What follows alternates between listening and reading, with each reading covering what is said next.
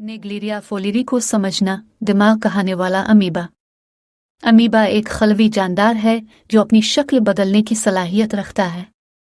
ये आमतौर पर आबी ज़खायर जैसे तालाबों, झीलों और आहिस्ता चलने वाली नदियों में पाए जाते हैं। बाज़ औक़ात ये एक खलवी जानदार इंसानी जिस्म के अंदर भी अपना रास्ता बना सकते हैं और मुख्तलिफ बीमारियों का सबब बन सकते हैं। नेग्लेरिया फोलिरी गर्मी से महब्बत करने वाला, आज़ाद रहने वाला अमीबा आमतौर पर दुनिया भर में गर्म ताज़ा पानी जैसे झीलों, नदियों और गर्म चश्मों और मिट्टी में पाया जाता है।